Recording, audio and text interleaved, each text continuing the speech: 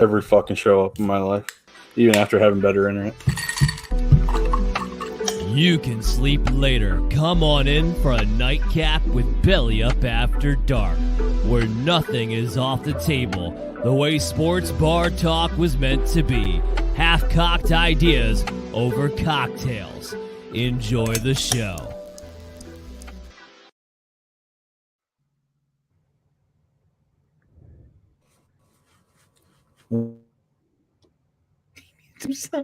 Dark. This is how we're going to start. I am This your is a host. great way to kick off this new show. Go ahead, Mike.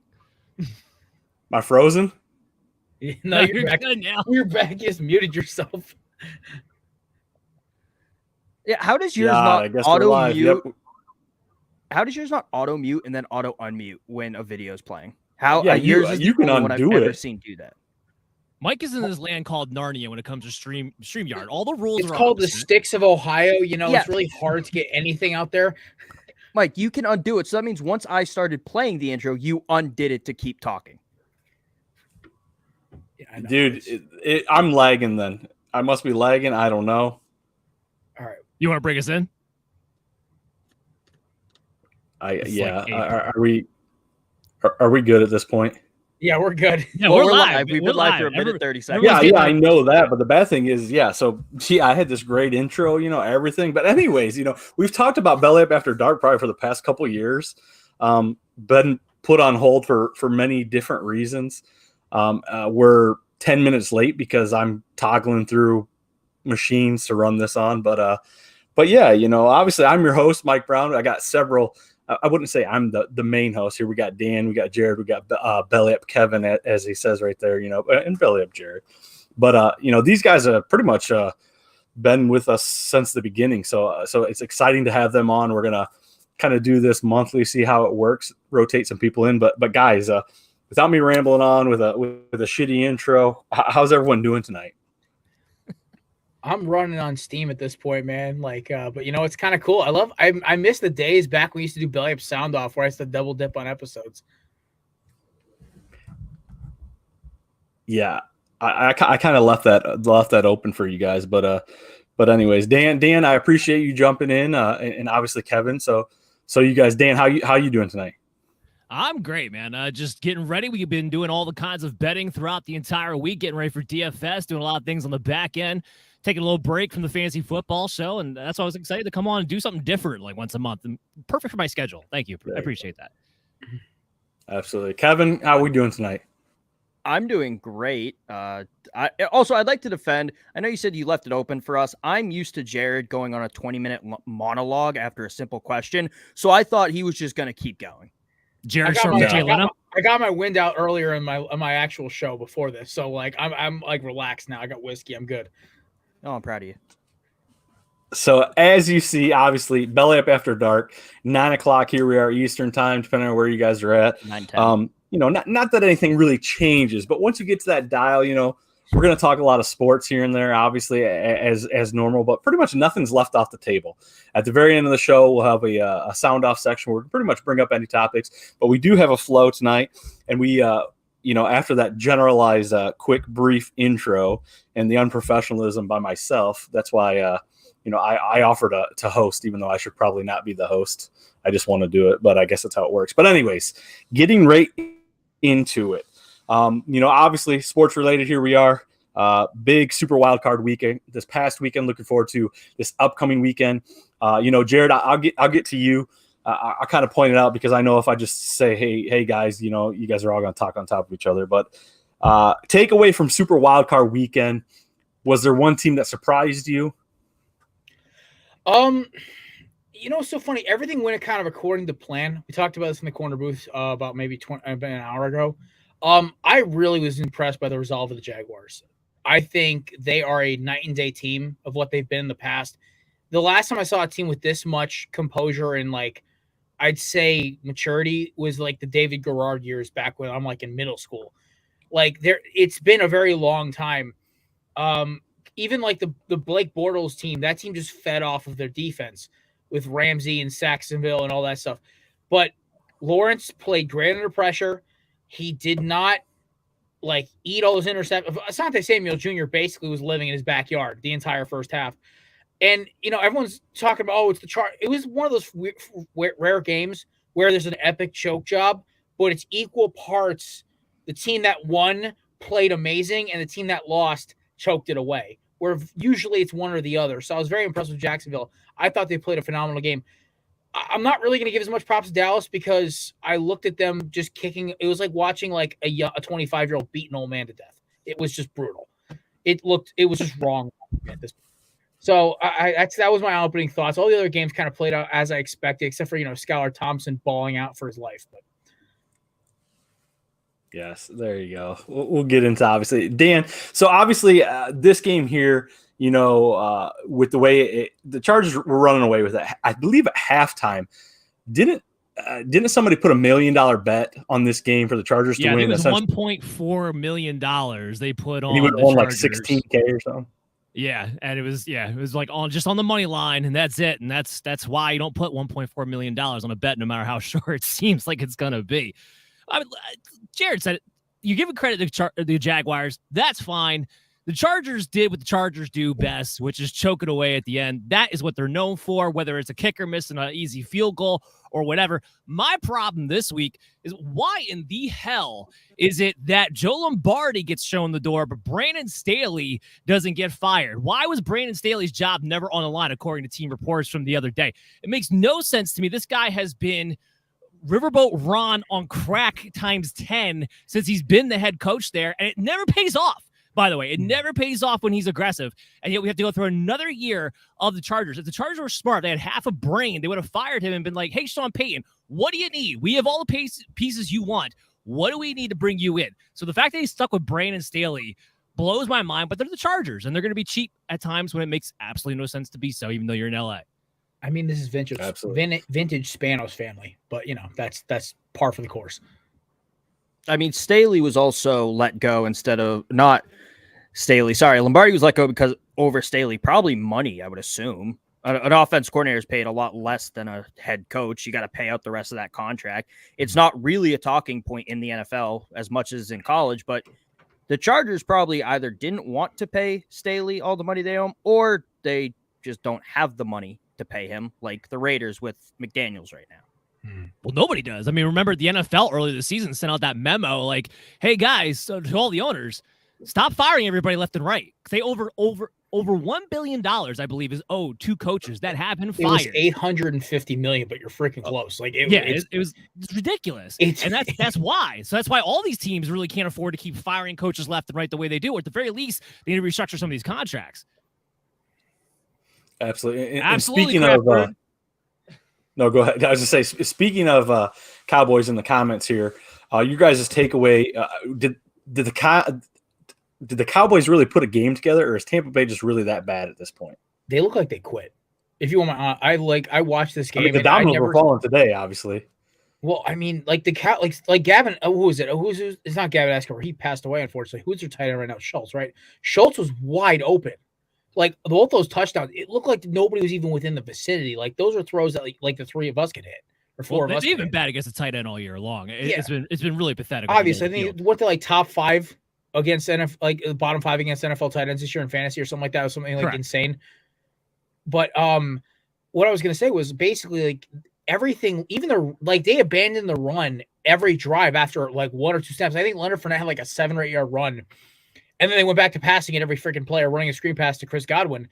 And I'm like, this is just, they look like they're scrambling at this point. They look like there's no continuity. There's no rhythm. And Tom looks frustrated. I mean, Byron Leftwich was not a good offensive coordinator. They were one of the most effective teams off play action passes this year. Mm-hmm. So when you're really good at something in the NFL, you just don't do it. It's unfair to the other team.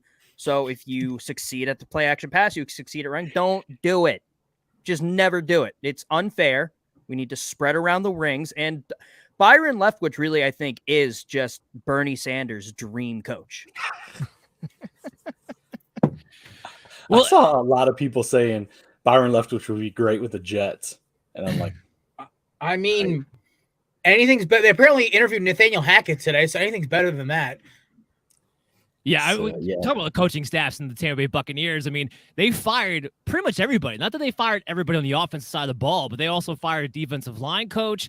And I'm just sitting there. I'm just like, so why not fire Todd Bowles? Brady's gone. You have ballooning contracts, expiring contracts heading to this year. You are at the precipice of a rebuild.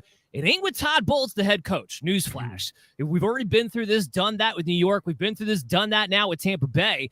It's another situation where if you're going to fire everybody anyway, why are we holding on to the head coach? They really tried to do a Larry Coker 2.0 with this thing. They tried to say, let the players run it and just let him like drive the bus. But apparently he can't even keep it on the road. Well, and I mean, exactly. Dan's kind of alluded to everything that I just kind of want to touch on. Obviously, like you said, Tom Brady, I mean, there's no point in staying. There's absolutely no way he's staying. So is this, him and Aaron Rodgers kind of waiting it out. But, do you see Tom Brady playing for a team next year, Kevin? I know this can kind of hit close to you, a Patriots guy. Do you see him playing for another team next year? And maybe do you have a possible landing spot if so? Yeah, I of course see him playing for another team. You don't throw away your marriage and your kids' stability in their home lives. Very true. Plus, he lost all that money in FTX. He needs another contract to remain solvent and not have the bank repo his house. I can honestly very much believe the rumors that he's going to Las Vegas. He loves Josh McDaniels. They have a number one receiver in Devontae Adams. If they don't let Darren Waller go, it's another guy. Hunter Renfrow, undersized, white. Like that's what he does. That's all Brady wants. Undersized and white. That's what he wants. Good route runner, pretty good hands. Perfect. I can see him going to Vegas. I think that's probably going to be the betting favorite going into the offseason. I believe they were the betting favorites according to like whatever. I think it's like 4 states in the union that can actually bet on where a guy's going next because of like insider information affecting betting laws. But the issue is the Raiders, though. It's like you got to keep them upright. That offensive line was putrid last year, and their defense was awful as well. But I mean, listen, anybody can attract the free agents. Bucks. I mean, anybody can attract free line agents. was terrible. Oh, I know. I'm agreeing with and you. then he got better immediately. I'm agreeing with you. It's just anybody can attract free agents. It would be Brady. I see two destinations. I see Tennessee and I see the Jets. Either way, he can stick it to New England. The Jets need a quarterback situation. They already have a good defense on the other side of the ball. He likes the situation he's had with some of those 49er coaches, those Green Bay coaches. He likes that system. He's been outright about speaking about that from before. And in Tennessee, for obvious reasons, they're going to move on from Ryan Tannehill. Mike Vrabel's already there, one of his good buddies. Both those teams make more logical sense to me than the Raiders do because the Raiders are much more than a Tom Brady away from being a playoff team. Both those teams, the Jets almost made the playoffs. Both those teams could be a competent quarterback away from making the playoffs at the very least, if not being a Super Bowl contending team. So those teams make more sense to me, but there is, of course, the ties with Josh McDaniels and all of that. So I wouldn't rule the Raiders out, but those two teams make more sense. One thing I will say, back in the 2019-2020 like transition period, right? Everyone forgets, like Tom, like it was not, the Bucs were not taken seriously as they were not the favorite. They were not taken seriously. So I honestly kind of see Dan's point here where like we could be talking Bucs and Raiders and Titans the entire offseason. And then Bob Saleh calls him, okay, we're going to draft a quarterback behind you, but 1 year deal. Want to do this? Stick it to New England? Do they even have to draft a quarterback behind him? You got Mike White. I mean, stick with him for another year. Who cares? I mean, listen, go draft Anthony Richardson. Like, trade back, go grab him, the 20-something pick, and you're good. Let him sit behind Brady for a year. Don't waste your time with Richardson. I'm going to tell you that right now. Listen, I hate the Gators. I'm just saying, listen, it'd be funny to watch him fuck up in New York. Anyone who takes Anthony Richardson in the first round is reaching. I'm just going to go out and say that. Yeah. Okay, I'm going to put this out here right now since you guys brought him up. Anthony Richardson is Trey Lance. Everything about his game is Trey Lance, and I hated Trey Lance for all those reasons. And this is coming from a San Fran fan when I wanted to puke my brains out when they traded all those picks for him in the first place. Everything about him is exactly the same. You're athletic, but not that athletic. You're mobile, not that mobile. You have a good arm, but not really outside the hashes. Everything about you is just a little bit off from what gets hyped up. It's exactly the same situation. What my biggest thing about AR was his best games were against sloppy secondaries. They weren't like not untalented secondaries, but they were like teams that played very loose style of coverage, didn't have amazing edge rushes. So to me, I'm like he's kind of like that project QB.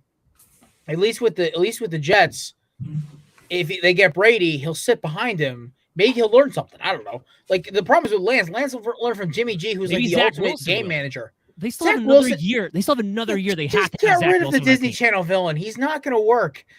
Oh, I'm not saying that. What I'm saying is that they still have to have him under contract for another year. It's hard for me to believe they draft a quarterback this year. All right, before we transition into a little college football, and before Dan gets too carried away, because I do want to talk a little 49ers, because that's Dan's baby there. So yeah, we will transition, but I do have one question before we transition. Okay, something that's a burning hot topic right now, not necessarily about the playoffs, but this whole Sean Payton thing that's going on right now. If Sean Payton, granted, they've got a coach right now. But if Sean Payton wants to come back to coaching, why wouldn't he essentially go back to to New Orleans? I understand. There's a coach in there, but I mean, if he can automatically do that and just say, "I want to come back," we hold these rights. I think it was Benjamin Albright that was tweeting a bunch of different things. But what's your guys' take on that? And if a coach like that just says, "Hey, essentially, I want to come back." It kind of reminds me of like the Gronk situation. Obviously, not coaching, but I mean, what's your guys' take, Kevin? Like on a coach in that situation, having those rights, and again, I know it's a sticky situation. It's a little different because New Orleans has a coach, but for a coach to be under contract or basically under terms, I guess, to come back and say they want to coach, and then what do you think is going to happen? How do you think this is going to play out? I don't think he's going back to New Orleans. I don't think he wants to go back to New Orleans. I don't know any place that he would want to go currently that would hire him. If the Chargers had fired Brandon Staley, I could see him wanting to go there. They have a quarterback ready to go. They have at least a competent team around him. I think that's the only possible. Carolina, why the fuck would Sean Payton want to go to Carolina at this point in his career? Why would he want to go to Houston at this point in his career? Why would Tom Brady want to go there? Well, that's what I'm saying. Obviously, I'm saying I believe everything I read on Twitter. There's nowhere to go for him that he would want to go to that would give up the 2 first-round picks that New Orleans asking for. Yeah, it's gone up to 2 now. That's what their GM said today. They won't get that. Doesn't matter. They won't. No, they won't. But are you giving up the 12th overall pick to get Sean Payton? I'm not. No. Are you I give him one up in the 20s, maybe. Yeah, and I don't think any team picking in the 20s would necessarily need a coach. True. Unless Tampa decides tomorrow to fire Todd Bowles. But even then, there's still too much work to do. The only reason he'd want to go to Carolina is if he just wants to run the entire organization himself. That would be the only reason. He wants to bring a GM with him, right? Right. That would be the only reason I could see. But I'm with you. I don't like any of these fits. I think he sits out one more year and waits for Mike McCarthy to finally bite the dust.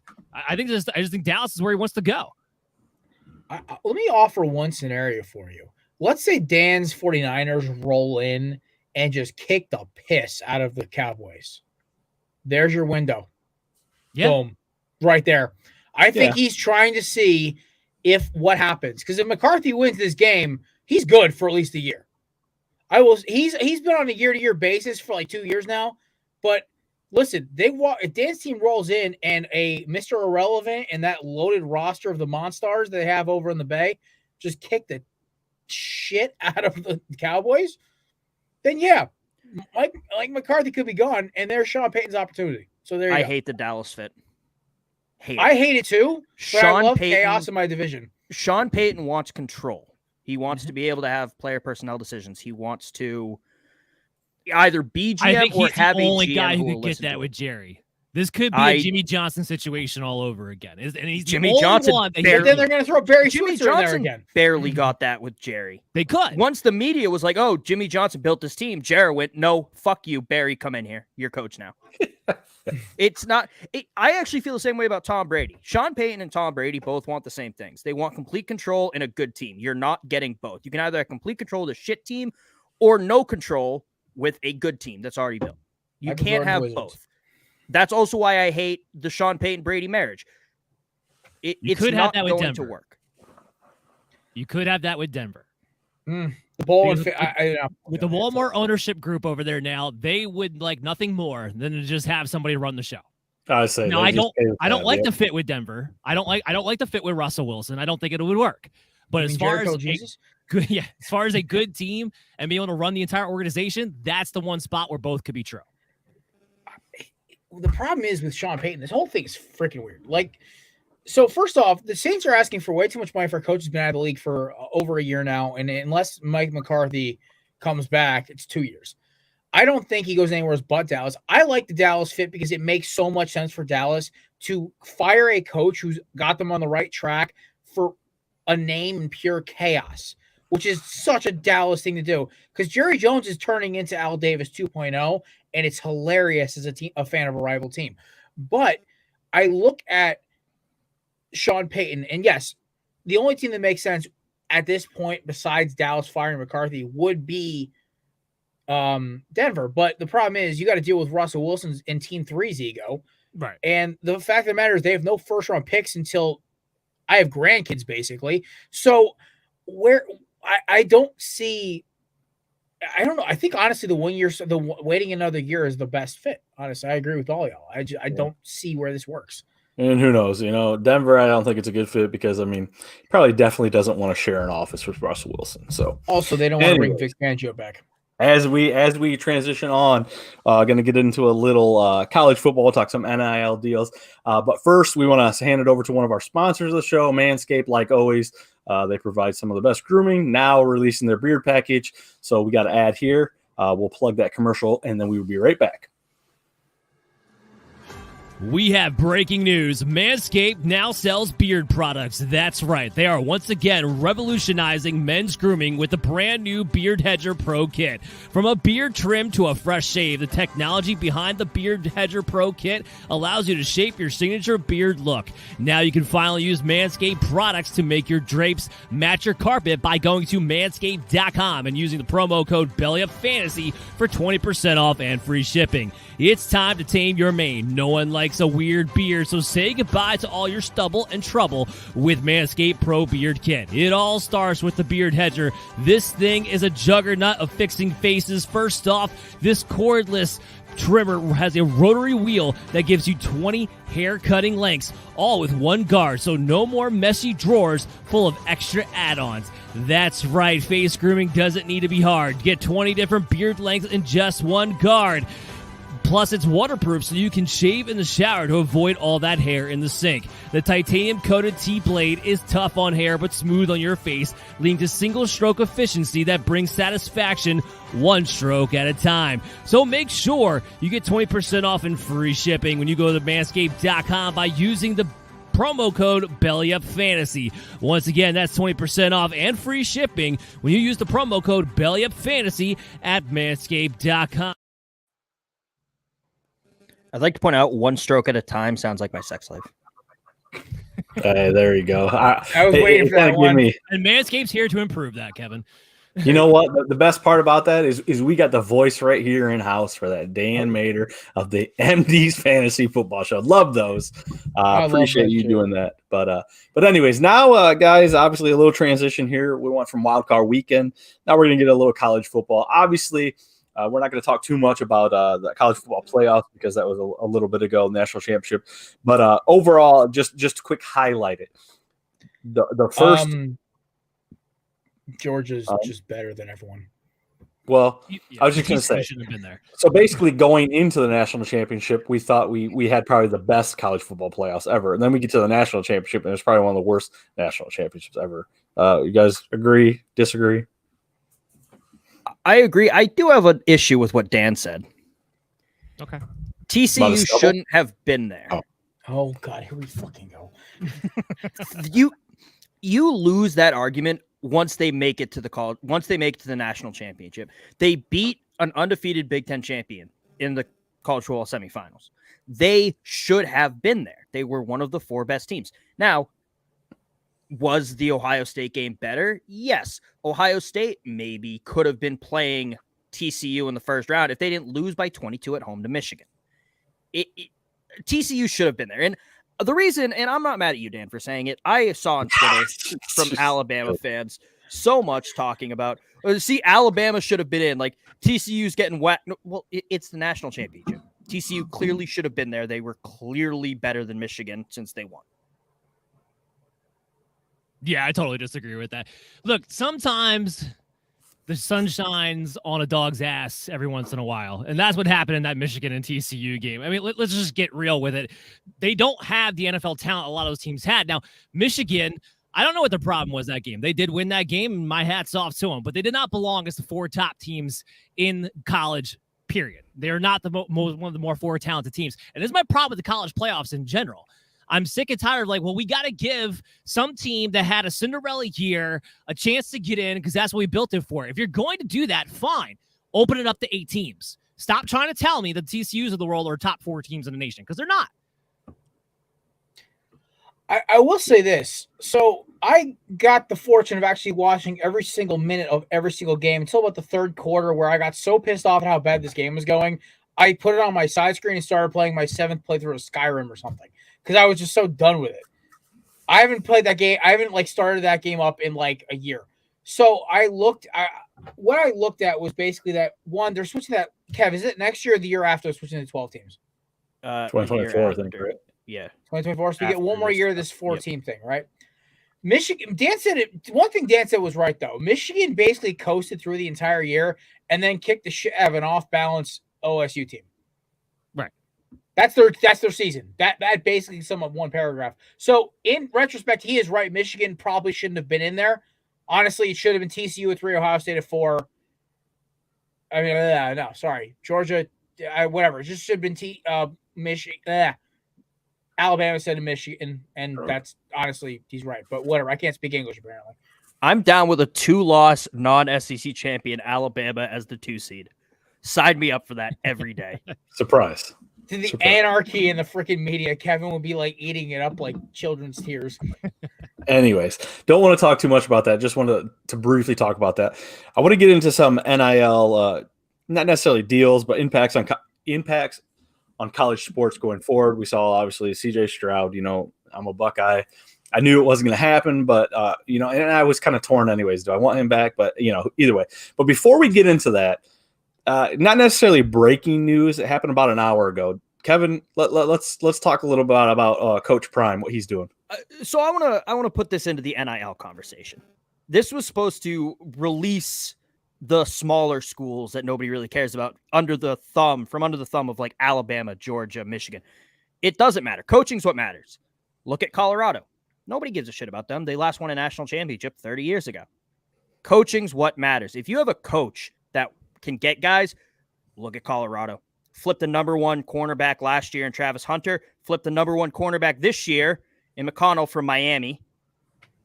Jared, does have fun getting smoked every week by whoever lines up for USC. I don't care. Colorado's gonna have 8 losses this year. It doesn't fucking matter. It seems like you're salty. Why are you salty? A little annoyed at the same because the Sanders coaching gimmick's annoying the hell out of me now. You can't tell me the number that one of the best cornerbacks all time comes out. It's okay. No, listen. If he win, listen, I will eat my words if he goes out and wins 10, 11 games. Fine. But actually, listen, HBCUs are one thing. Let's see him now going in or actual a Power 5 conference. Well, they open up with USC.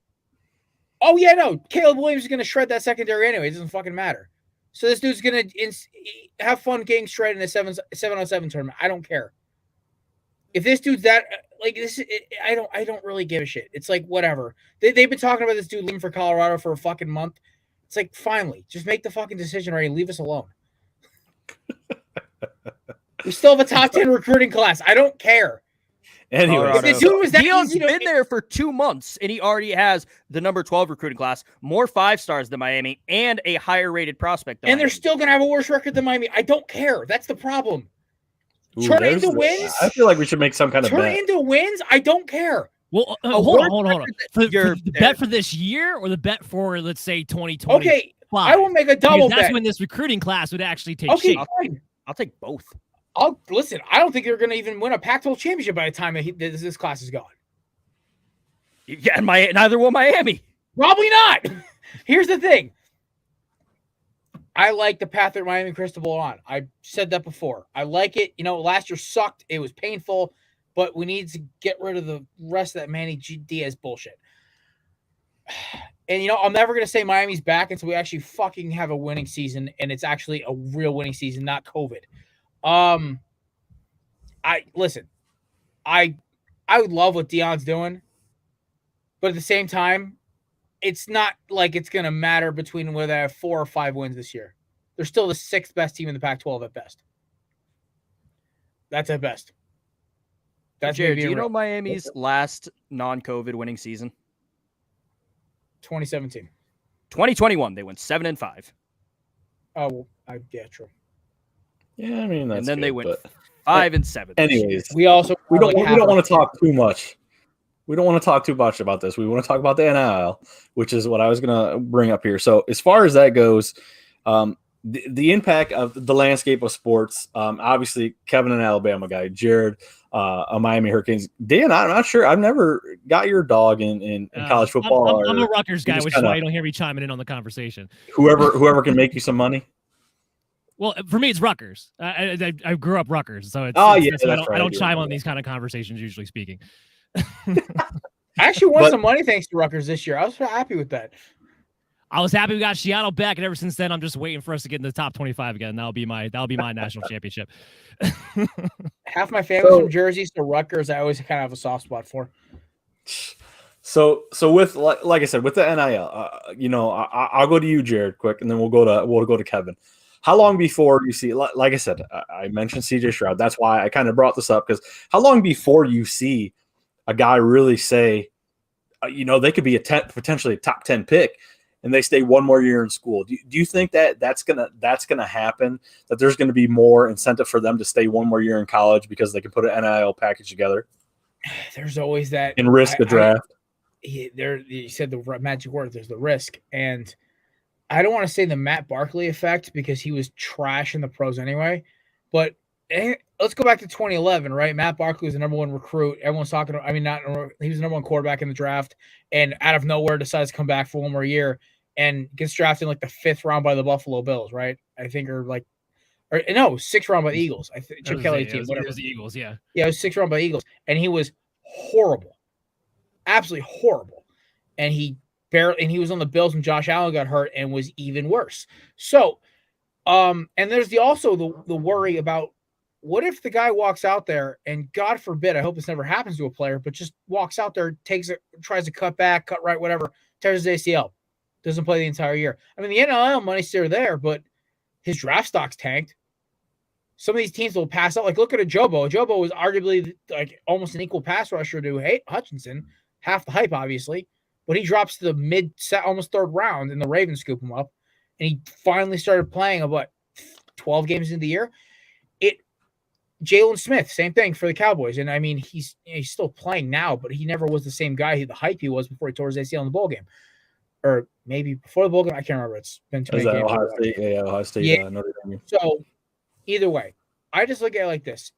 There's always going to be that in the back of some of these players' minds. Like CJ Stroud's like, all right, I had a great season. My team played great. I'm going. Like, so these guys know when to pull the trigger. That's why they're going to be professional athletes. So I think a lot of these, it's going to help the guys who are fringe guys. Like, I thought Njigma was going to go back, but he kind of overplayed his hand when he pulled out of the playoff. And my co-host Mason said it best today. The dude basically he's basically the Jadeveon Clowney wide receivers. He basically made his name off one damn game, and he's barely played the entire season. So I kind of inclined to agree with him, because he's basically was just the name, and he had this amazing game at the end of the season last year, was injured most of the year, and now there's concerns about his size and if he's going to be able to adjust the NFL. And I don't know, Dan, you're the better draft expert than me, and I'll defer to you, obviously. But I think there's always that second guessing that's going to keep this from being a really reoccurring thing. It's going to more affect in the college where guys transfer, where guys sign. And I'm just waiting for the government or the NCAA or whoever the fuck's in charge to drop some kind of sanction or some kind of regulation on it.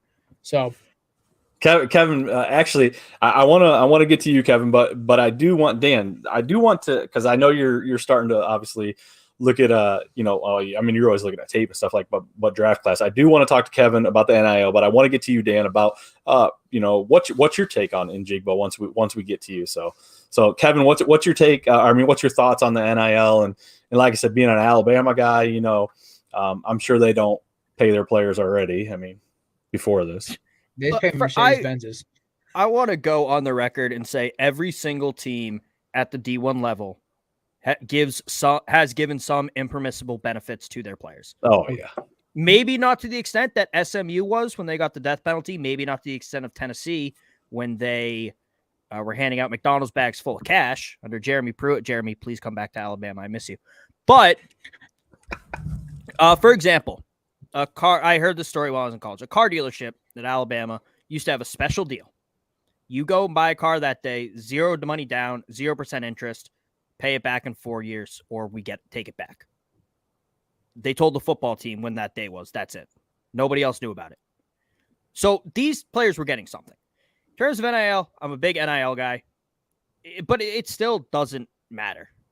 I mentioned it with Dion, but coaching's what matters. Look at Texas A&M. They bought a recruiting class, and per NCAA rules, now that they actually made some fucking rules about this, you cannot tie enrollment to NIL money. So once you tell a kid, hey, we'll give you NIL money, we'll sign you to a contract for 3 years, $500,000, what have you, he can transfer. You can't take that money back. You can't take it away. It cannot be tied to where he goes to school. And in terms of a guy staying for NIL, that's never going to happen. CJ Stroud is a top 5 pick, most likely, barring anything crazy. Kayvon Thibodeau was the number 5 pick last year. He got a $31 million contract, guaranteed, with a $19 million signing bonus. No school is going to match that. And anyone who they can match the contract they would get for isn't a first-round pick. So they're not going to give them that much anyway. Absolutely. I agree.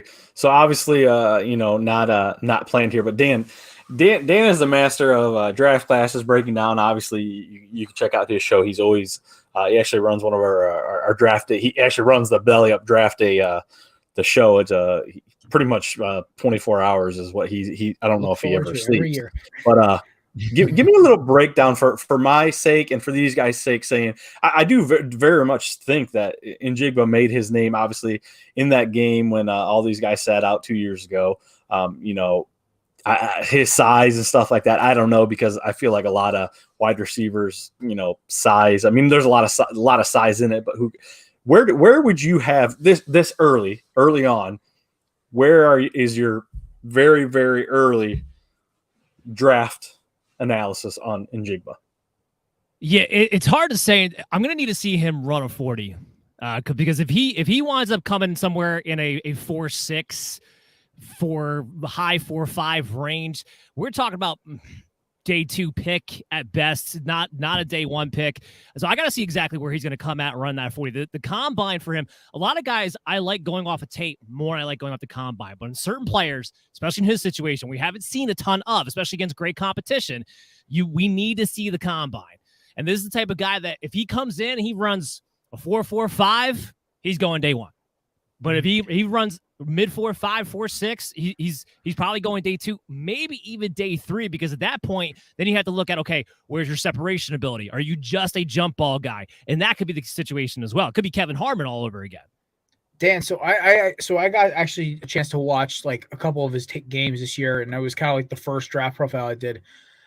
I kind of tied him as like he could be a poor man's Amon-Ra St. Brown, where it's like he's got the good route running ability, he can separate enough, but he's never going to beat you over the top. I never saw the breakaway speed, at least on tape.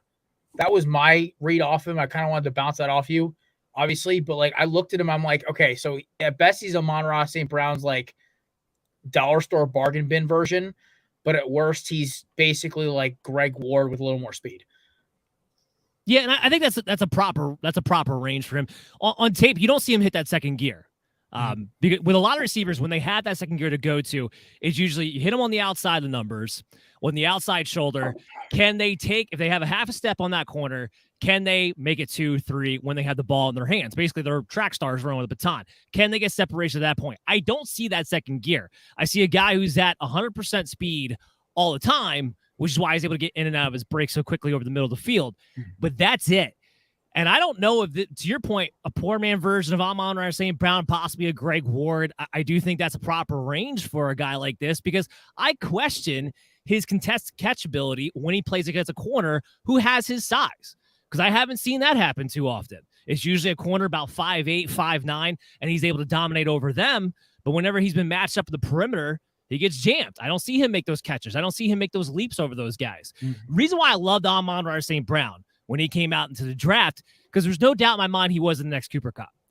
Because there was nothing in his range he could not catch. Didn't matter if he had a defender draped on him. It did not matter what the size was. He was going to make that catch. And you saw that time and time again, along with the great route running ability. And if I'm remembering correctly, I think Amon-Ra St. Brown actually wound up surprising and ran like a 4.5 340, and that also helped and topped it off. Yeah. The other guy I really loved. One thing I loved about Amon-Ra St. Brown is his college tape was awesome. Yeah. It was just fun. And his strength, and I think I kind of love that the fact his dad was a bodybuilder, because it said that in his bio for the thing. I was like, the dude at least knew how to lift. So I'm like, all right, so the kid's gonna be in the weight room every day. But like I saw one guy try to link him to Devontae Smith, and I scoffed. I'm like, listen, Smith was a $170 or $160 coming out of Alabama, and Kevin can attest to this. But Devontae is one of the best receivers I've ever seen just get off the line and create instant separation without having to get too physical. And it's honestly, it's like watching a masterpiece at work. But like, I really think people got to chill with just comparing skinny receiver to skinny receiver. So I don't know this. I feel like you and me could do a solo video on this, just talking about this guy for about an hour, but that was just my thought on it. Also, Smith never had a major injury in college. Right. Thank you. That's the bigger concern. I don't really care if you're an undersized receiver, if you're a skinny receiver. If you're playing in a Power 5 conference and you've never had any sort of major or even lingering injury, size doesn't matter. I don't care if you're 6'5" or if you're 5'8" and 170 pounds. I care if you are 6 feet tall and also played 3 games your last year before coming out and looked not great in those 3 games. Absolutely. But all right.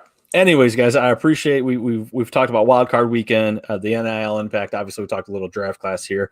We're going to switch gears a little bit, getting back more into probably the NFL playoffs here. This is going to be right up Dan's alley here. I'm going to let Dan run away with this. We're going to get into a little sports betting segment. He can kind of give us our best bets for the weekend. Kind of anything else. I know you kind of dabble in a little bit of everything. We got a few things coming through the pipeline here at Belly Up that we'll be talking about soon for betting. But Dan, any best bets? Anything you're looking at going into this weekend? This is all yours, baby. You can run with it. Well, I'll bounce off you guys. You can tell me what you think. But I do have quite a number of bets I'm actually looking to make this weekend. But I want to start off with the Saturday games, because I think they belong together. Not only both on Saturday, but both these matchups just belong together from a betting standpoint.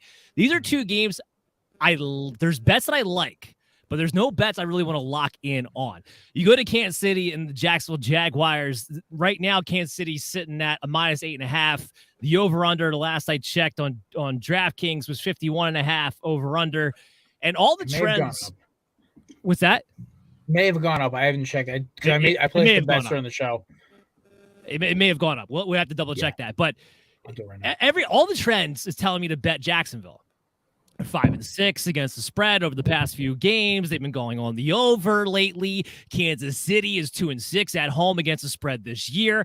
Everything's telling me to bet Jacksonville, but I cannot get that first half against the Chargers out of my mind. If they do anything remotely similar, Kansas City's not going to implode the same way. I was talking to somebody and really said it best, and I actually did this myself. I put Kansas City in a parlay bet this week, but I teased them down to -2.5. Basically, I'm just saying the Chiefs are going to win the game, and I'm going to parlay them up with something else throughout the week. In fact, I parlayed them up with San Francisco at -2.5 and teased that down, and that was kind of one of my big parlay bets of the week. So this is one of those games where the data is going to tell you to go a certain way, but my gut's telling me no. And it's the same thing for the Giant-Eagle game. The Eagles are sitting right there at -7.5, and their over-under is at 48 right now. The Giants are 5-0 against the spread last 5 games. They're 4-0 against NFC opponents last 4 games. The Eagles are coming in 3-4. They've lost 3 of their last 4 against the spread. Part of that, of course, is with Gardner Minshew at the starting quarterback position. So that also plays into it, of course, as well, but also under 3 of the last 4 for them. So with the Giants and Eagles, I like the under bet, but this game's going to go one of 2 ways. Either the Eagles are going to blow the Giants out, or the Giants will muck this thing up enough to keep it close. And all of a sudden we're looking at a 17-20 type of ball game between these 2 teams. So I'll let you guys give me the feedback on what you think about there, but I don't have any lock bets for these 2 teams. So one of the things, so what'd you say the over-under was? It's up to 53 right now with Jags Jacksonville. Okay. Yeah. And with the Giants and Eagles will stay the same. With the Giants and Eagles, the biggest thing is the Eagles are finally healthy for the first time since November. Since Gardner Johnson went down in the Green Bay game, they finally have a fully healthy secondary besides Avonte Maddox, who's doubtful. And they're going to run that really weird, like, I know. Hey, listen, when he's in the lineup, I think they're like 9-0 this year. And I think like they have like a 800 winning percentage when he's in the lineup. Either way, like the fact is they might just move Gardner Johnson on the slot. They might move Blankenship to safety. Either way, I don't know how I agree with you on point. I think the Eagles either beat the snot out of the Giants, or this game comes down to who's got the better kicker from range. And that's what's going to come down, or whose quarterback makes the least amount of mistakes. It very well could, yeah. See, because I'm in a deadlock picking competition on my show, I went balls to the wall and took Jacksonville money line because for some reason in me, maybe it's the fact that I was just feeling myself a little bit. I said, listen, something about Jacksonville, like getting the heat and getting the move, and the Chiefs kind of like the whole ring around the rosy shit they were doing in the backfield against the Raiders. Like they're maybe feeling themselves too much. And to quote the great Michael Irvin, playmaker, there's a difference between a line where you go from confident into overconfident.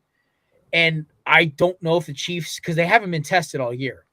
No, they haven't. They've been playing with their food all year. The game showed it. They've been playing with their food. Around. They've almost lost a couple games, and it's like, whatever, we don't care. And it's like they haven't really learned their lesson yet. And I'm kind of just like, watch Jacksonville just comes out and punches in the mouth, hits Mahomes a couple times, and now we're looking at like this is a shootout, and Jacksonville can score. Yeah, I think playoffs kind of change that mindset. But here's what I do have for that game. So if you don't want to bet the game, because I said I don't have any locks, I have the likes. I do have locks at player props.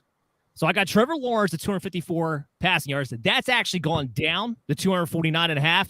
I have the over on that. Every game this year that he's thrown the ball 37 times or more, he's gone over that mark. And Kansas City has given up, I believe, the 8th most passing yards to quarterbacks. But I also have that parlayed up.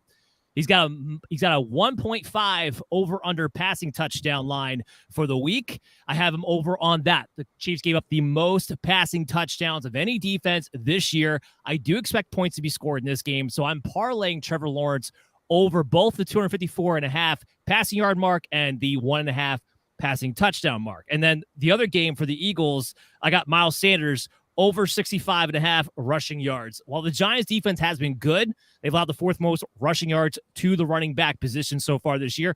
Whenever the Eagles have given Miles Sanders 15 or more carries in a game, he has gone over that mark. I suspect, even if Jalen Hurts is healthy, this would be a game where Sanders gets 15 or more carries. So Trevor Lawrence over, Miles Sanders over. That's the 2 locks I have for these games if you want to bet that player props instead. Also, a gimme bet is taking Hassan Reddick at least 1 sack. If you're doing a same game parlay, take the 2. It's at +2. I think it was at +220 last time I checked, or 120. Or maybe even up to 220 now. But Reddick has been on fire, and they're going to rotate him around. So they might try to attack Evan Neal with Reddick and put Sweat on the other side. Look for Reddick to get after Daniel Jones. That is an easy chip shot bet if you're trying to make a same game parlay. I like that too. Kevin, Mike, you guys want to jump in before we move to the Sunday games? No, I'm good. I take it all in, man. I listen. Kevin has made it clear he's not in a betting state, so he can't talk about it. Soon. Wait, Kevin, that was January 1st. Okay, so it was going to be January 1st, and then the state pushed it back, and then they pushed it back again. They keep pushing it back. That's right. It was going to be NFL season, then January 1st, then NFL playoffs, now March 31st. So basically, you get the Final Four. That's it. Shit, no, I'll get the Super Bowl after I move. Well, all right. So we'll go to Sunday. And we got the Cincinnati Bengals, the Buffalo Bills. This line's moving more in favor of the Bengals. So maybe hold off. I put all these stats together. I do have the Bengals as one of my lock picks of the week, but hold off betting that because so far the line has been moving more and more in the favor of Cincinnati because for some reason people think Buffalo is just going to blow them out. Now, I know the offensive line, that plays a role here for sure, but Burrow, all he's done is overcome bad offensive lines his entire career. What everyone's sleeping on is that both of these secondaries are banged up. I'm expecting points to be scored in this game between these two teams. So you have the over-under set at 50.5, but right now Cincinnati is at +5. I think this game's going to be a field goal, if at least by 4 points. You're going to be 5 points on Cincinnati. I'm taking that. I mean, they're 7-2 against the spread. The Bills are 2-5 at home against the spread. Everything is leaning towards Cincinnati to at least cover this game. I don't know if I pick them to win this game, but I am picking them to cover this game. I'm picking the over at 50.5. So one thing I looked at today, Dan, because I was looking at this as well, and they dropped the line they dropped the over under 48.5, like as it was. Like even better. Even better, right? Like that's what I said too.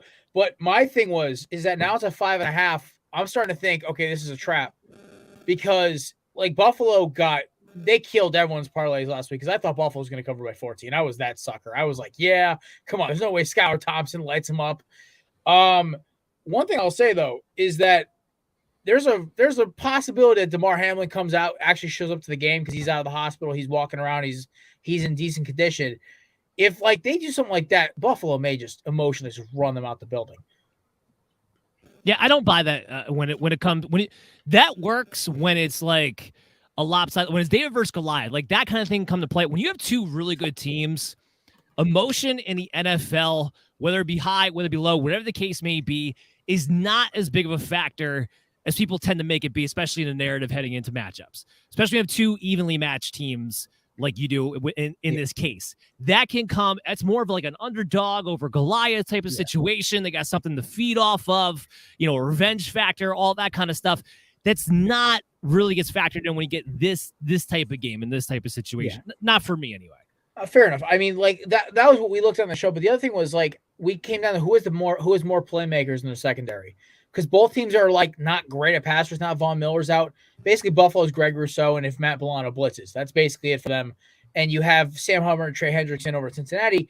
They're good, but they're not like elite edge rushing.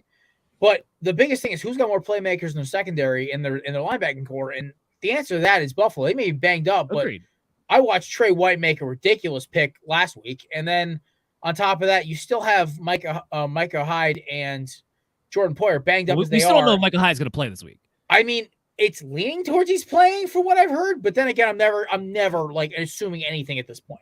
We have to see tomorrow. He still has not been able to really practice, so we have to see what happens tomorrow. Yeah, definitely. The other thing is I think they held off on him because it was Miami. And they thought they were going to kick their ass anyway. My biggest thing was also Kira Elam played as much as like there was a couple of plays where he got cooked a little bit. Dude bounced for a rookie, played great last week. Honestly, I think it's the secondary difference because Awuzie and Apple versus Elam and White, it's not really a contest there. Yes, they have Jesse Bates in Cincinnati, but I just, for me, I think Buffalo, the difference, I think they will cover because of the fact that they're going to get a late tipped interception or a strip sack. It's going to come down to Buffalo trying to press because Cincinnati coming down to press and Buffalo just being able to score at will, that they're going to try to fit a ball in where the window's a little tight and you're going to see maybe a pick six, strip sack, some fumble bullshit, somebody's going to get screwed in a parlay kind of thing. Buffalo's a better team on paper. I'm not debating that. No question about it. The Cincinnati Bengals on paper have been the worst defense compared to everybody. Yes, statistically, they're a top 10 defense.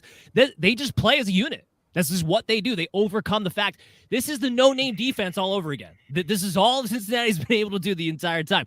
Buffalo has the better playmakers on both offense and defense, by the way, as an all-around team.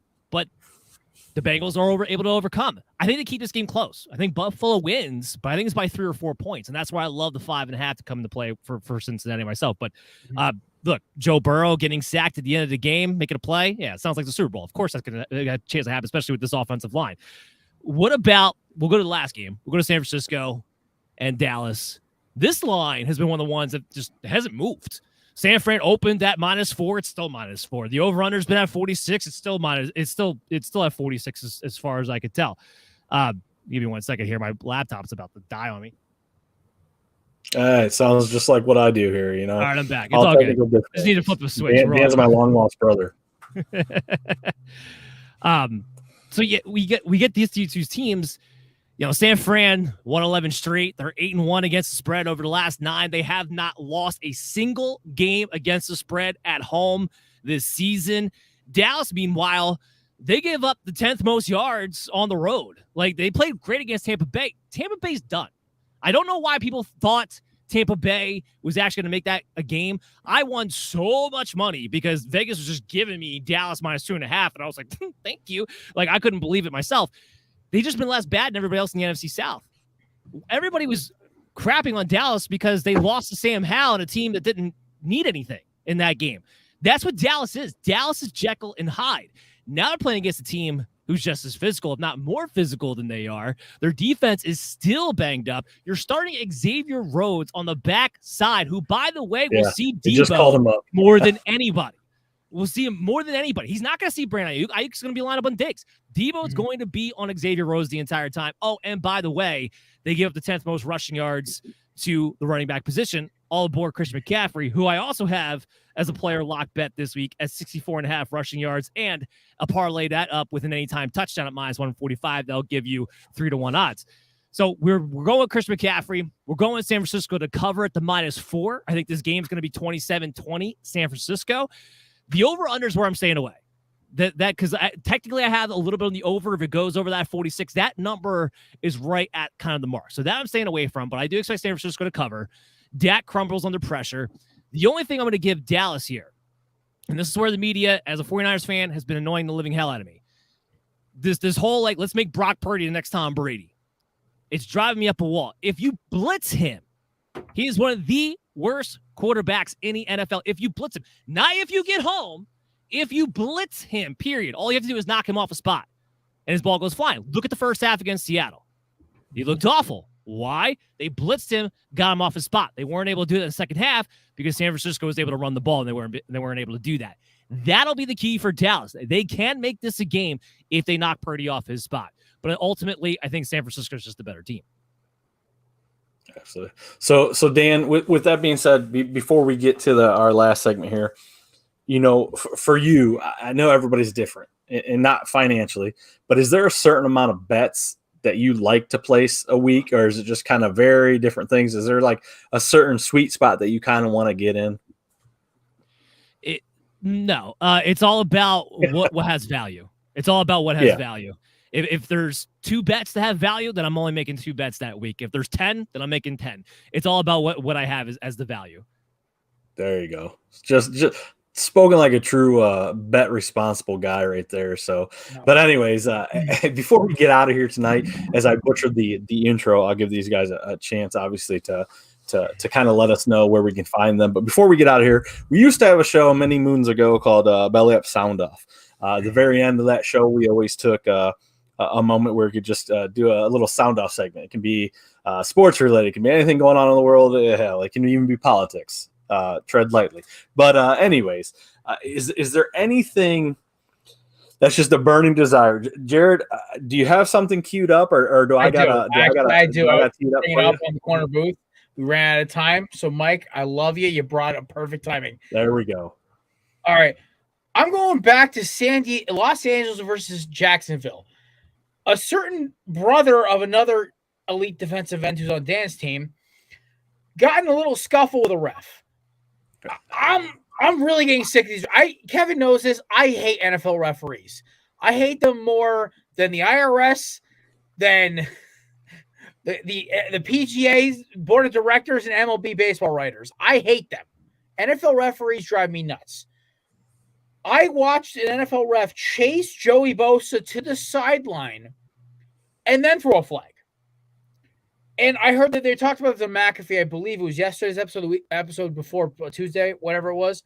And they talked about the fact that the refs, they really need, and Ian Rappaport said the NFL is looking into the referee stuff this offseason because this year more than most, they've had teams blatantly say, like, listen, the refs have been shit.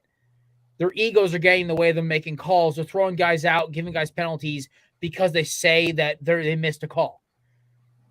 NFL refs should be held to a higher standard, as well as MLB umpires. The only ones who really are, honestly, I can abstain from are NBA refs. I only watch the NBA really like intensely during the NBA playoffs.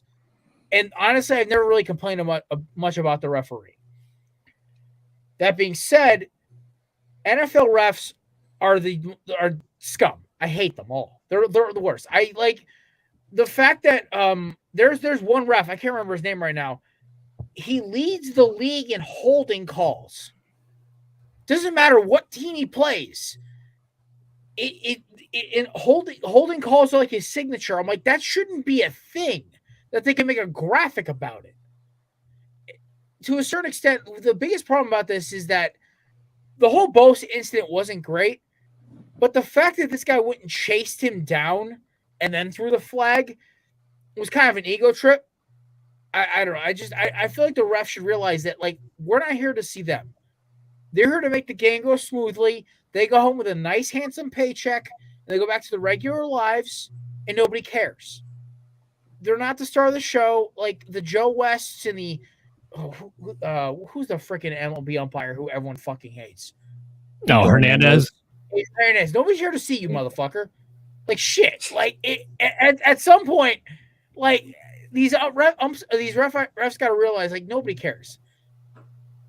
Even down to when, like, we were all playing high school sports, you knew the refs at some point. Like, I knew some of the refs when I was playing high school baseball and high school football. Like, I knew which ones I could jab a little bit with and talk to. Say, hey, listen, number 58's been holding me all day. Or, like, in baseball, hey, listen, like, are you serious? That's a strike? Really? It's in my ankles. But, like, you know, these guys, like, apparently there's, like, certain ones you can't even talk to. And that shouldn't be a thing in professional sports. This is top of the line tier. So I side with Joey Bosa.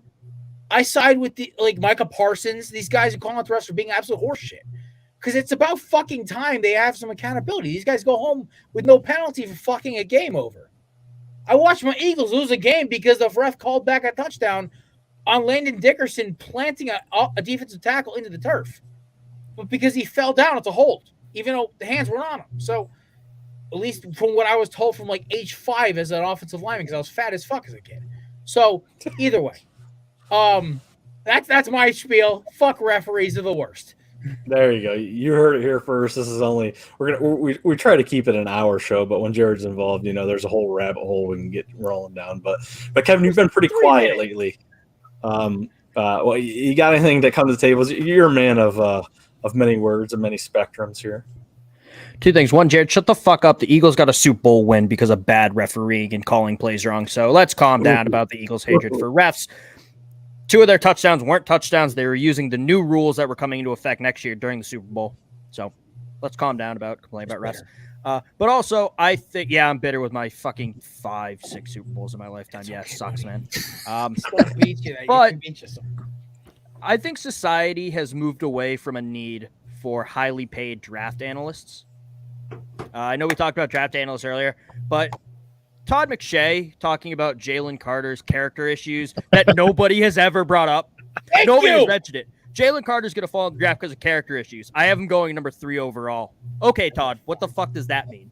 5, I couldn't remember exactly where. What does that mean, Todd? But my big issue is with Mel Kiper. Will Levis is not a first-round pick. He's not a second-round pick. He's got a cannon. I also don't see the cannon talk, really. He's got a good arm. He doesn't have a great arm to really write home about. But he's not great. I've said if you want Will Levis but aren't an idiot and don't want to use a first-round pick on him, take Sean Clifford in the 6th. They're basically the same player. Both went to Penn State for a spell. Both make dumb decisions at big moments. Can't win big games. They're the same. And Mel Kiper also, I know you want to do right by your friends. Stop fucking overranking your friends' clients so they get drafted higher. It's just fucking stupid. I also think if any team listens to Mel Kiper at this point, they're a fucking idiot.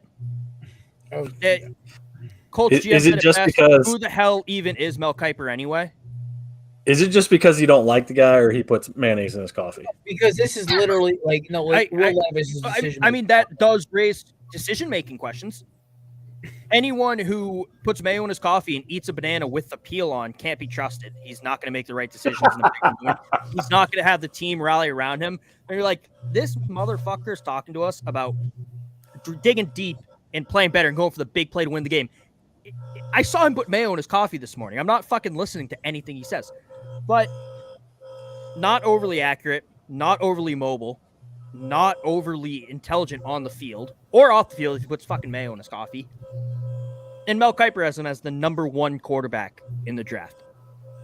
Overpaid draft analyst. We have 2 fucking draft analysts here who are way smarter than Mel Kiper and Todd McShay put together. And that's the only time I'll ever compliment Jared's intelligence. I'll take it. There we go. That's a great little clip there from toxic best friendship. I don't know how else you can say it. Oh man.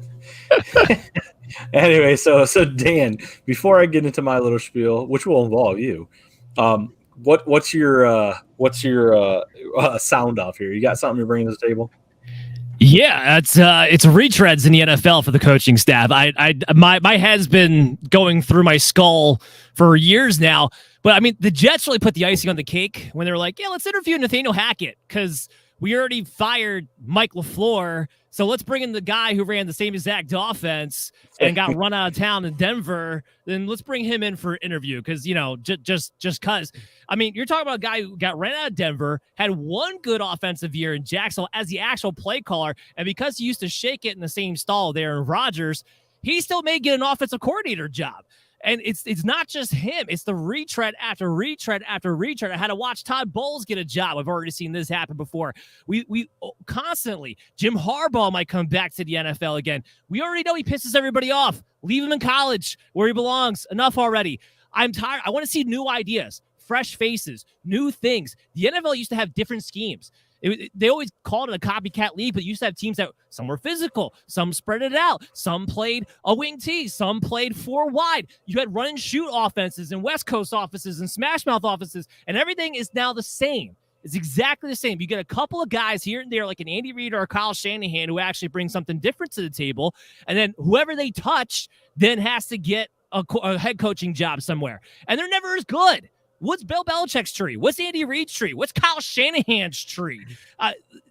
Get some new ideas. There's new ideas in college. Give these guys some chances. The one thing that killed me about Matt Rule, and he was a terrible coach and I wanted him out, but the one thing that killed me is that now teams are going to go back to this, well, we can't hire guys from college because, just it didn't work out with Matt Rule. And that's going to be the new narrative now for the next 5 years until finally something like Lincoln Riley finally takes a job. I mean, this is what it boils down to, and it's driving me nuts. I'm tired of seeing the same old dried up faces running the same old offenses over and over and over again. So Ben Johnson, I'm upset that he went back to Detroit because I really want to see him take a head coaching job. He's one of the few guys with new ideas, but you know what? Good for Detroit. They got to keep their offensive coordinator. They're going to pay him a lot more money, but guys like that need to start getting more cracks. So NFL retread coaches, I'm over it. I like it. One thing. On the show, on Corner Booth before, we actually went through the last 15, 20 NFL head coaches. You know what their average age was, by the way? It was over 40. Yeah. We were talking about the whole McVay theory. Everyone's going for these new, these young hip coaches. And our whole thing was every NFL head coach since, I think 2011 is over the age of 40, with the exception of Sean McVay. He was the exception to the rule. But including, Bill Belichick over with Kevin. Doug Peterson, Philadelphia, 53, right? Gary Kubiak, 45. Mike McDaniel's 39. Who? Mike McDaniel's 39. Yeah, Mike McDaniel's young, yes. Yeah, I'm talking about guys who won the Super Bowl. Oh, I thought you said just coach hires. No. I'm talking about guys who won the Super Bowl because everyone's talking about they're looking for the young guy. That's the guy they're chasing, the McVay. And it's the same reason why, you can't find the next Randy Moss. There is no next Randy Moss. He's Randy Moss. It's the same why you can't find the next Sean McVay, next Belichick. They're their own person. So it makes legends. They're one of a kind. So to Dan's point, they're trying to retread the same tires, looking to see if something will work. Maybe just look for something new. he's on point. I love it. I love Dan's point. So I'm happy the Eagles got rid of fucking Doug and got Nick, because Nick's so fucking weird it works. All right, guys. So before we get out of here, I do want to quickly. I'll keep this brief. We'll see how brief you guys can keep it. So obviously, my plan going into the show was to hit Dan with the question, because I knew he was very vocal on the Trey Lance pick. He did not like that. Now we got Brock Purdy, essentially.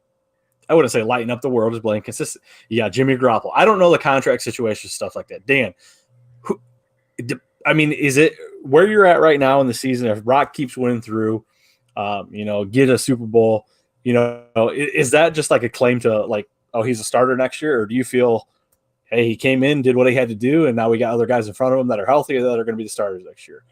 Well, Garoppolo's gone. He'll be a free agent. That's what I thought. They're not going to bring him back. So the question that everyone's trying to ask is, okay, when we go into next year, is it going to be a quarterback competition between Trey Lance and Brock Purdy? Is Purdy just the backup, or third option, which I'm in favor of?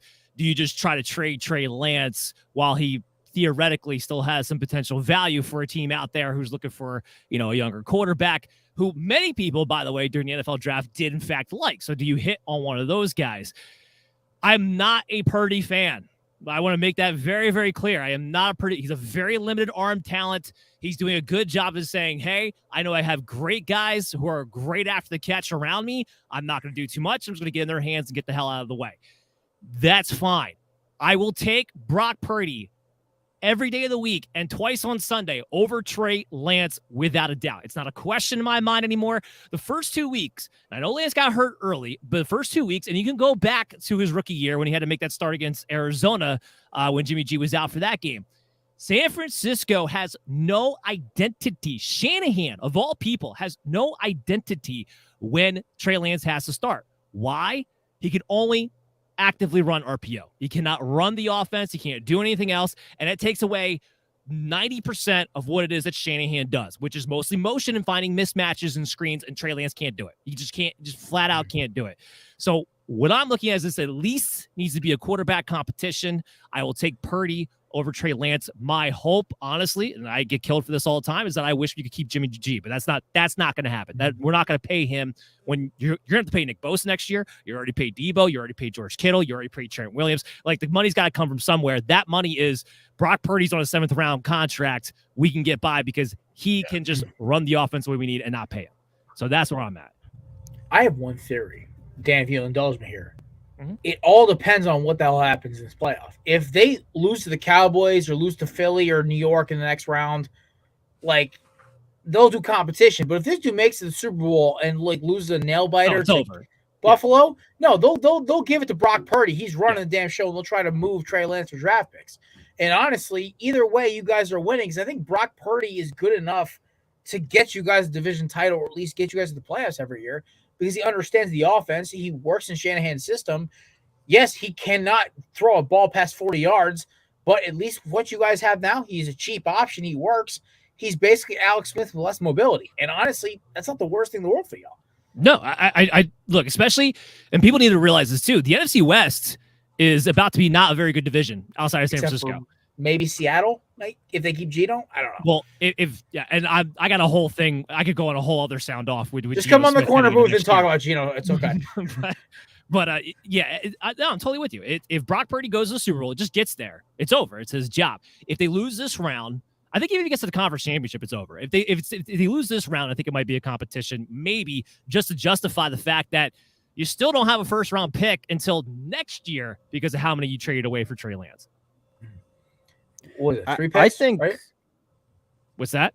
3 picks, right? 2 firsts and a second or something. They get their first round back, and it's 2024. So I'm counting 2023 already. All right, yeah. I'd be concerned if I were a Trey Lance disliking. I don't want to say hating, because that implies you're a hater, which you have reasons not to like him. But they're never going to recoup the cost that they took to get him. If they just had the 3rd overall pick and took him, I would say there's no chance that they're even going to entertain the idea of him starting again. They'll just try to trade him, get a second, maybe get a late first, whatever.